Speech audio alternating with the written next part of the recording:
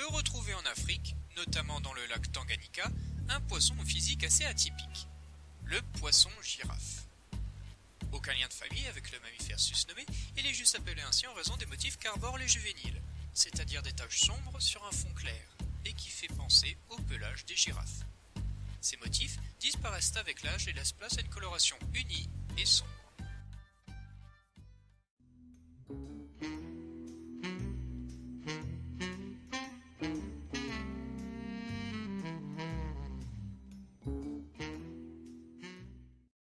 Ce poisson fait partie de la famille des poissons-chats.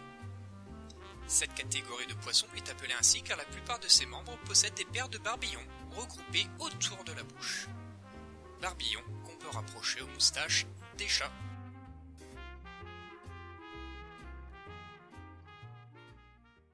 Ces barbillons qu'ils ont en commun ne servent pas qu'à faire joli. Au contraire, ils sont même très utiles car ils compensent la mauvaise vue des poissons-chats. Garnis de cellules gustatives et tactiles, ils permettent de détecter toute source de nourriture à proximité. C'est quand même bien fait. Par exemple, le poisson-chat appelé Clarias n'a aucune difficulté à trouver sa nourriture, malgré une vision très réduite. Le poisson-girafe passe le plus clair de son temps sur le fond, relativement paisible, se souciant peu des autres poissons se trouvant à proximité, même s'il peut être parfois un peu balourd. Il est surtout actif la nuit, cherchant sa nourriture dans le sable. D'ailleurs, il collecte sa nourriture de manière assez amusante.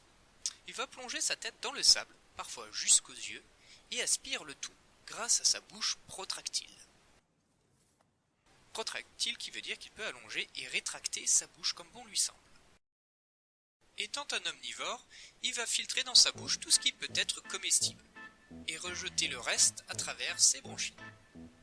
Cette manière particulière de s'alimenter le fait passer pour un véritable poisson aspirateur.